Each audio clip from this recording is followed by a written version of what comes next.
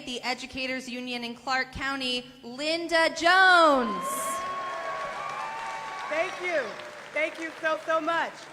So I have been blessed to live in Nevada for 26 years. And throughout my 26 years, I've had all types of jobs and responsibilities. Not because I wanted to, but because I had to. I've done construction, slung 80 pounds of monocoat for 8 hours a day on my feet, covered from head to toe, so that I could do my job in 100+ degree weather. I've done that. I've also had to sleep in the back of my car when the recession hit, and there was no jobs to go to. When even working for a union, it was scarce, and I did not have a way to make ends meet.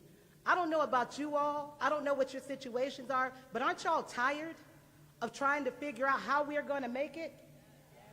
I've lived in this world for 49 years, and we've been status quo for 49 years. Is it not time to try something else? See, in all my frustrations, I got a chance to hear about this little grumpy senator from Vermont. And I paid a little bit of attention to what he was saying, and I liked what I was hearing. And that is, why can't people, if they work, make enough money to make ends meet? Why can't people have affordable health care? Why can't people have access to health care? Why can't we? And the more I heard him say it, the more I started thinking about what he was saying. See, it's simple. Necessity is the mother of invention. When a need becomes so imperative, you are forced to find a way to go get it or invent it. Necessity is the mother of invention. It is necessary right now for us to elect this man so that people can have affordable health care. It's necessary right now for us to elect this man so people can get a decent living wage. It is necessary right now for us to make sure everybody has health care. It is necessary right now. And without any further ado, I'm getting ready to bring our next president, Senator Bernie Sanders. Get up on your feet, make some noise.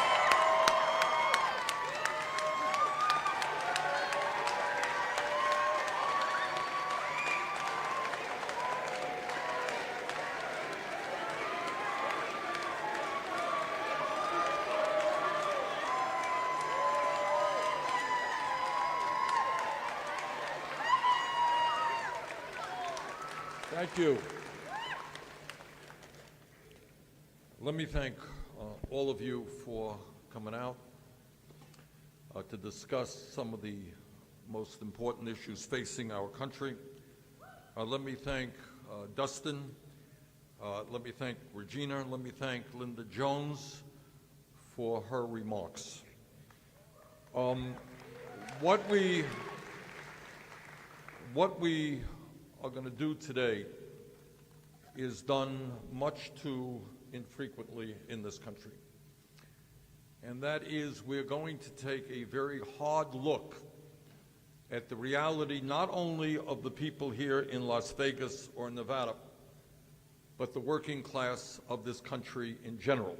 And that is something the Congress doesn't do, it's something the media doesn't do, it is something we will do.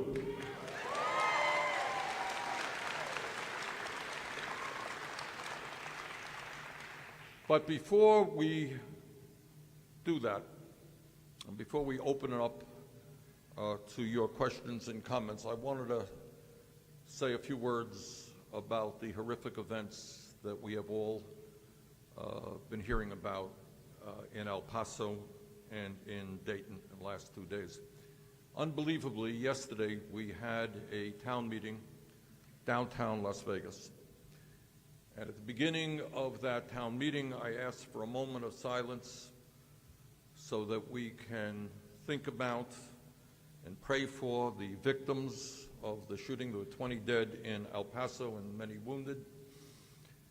And it never occurred to me that one day later we would have to do that again because of the mass killing in Dayton.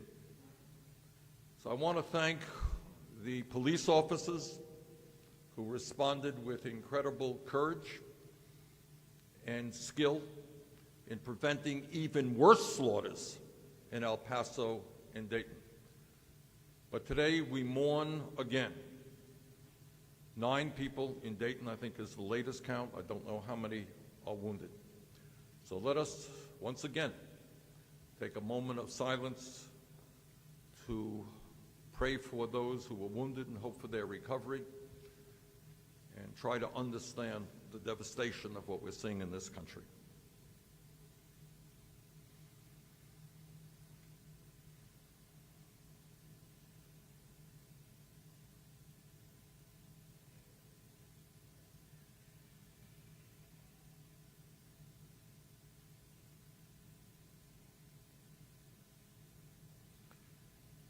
Thank you very much.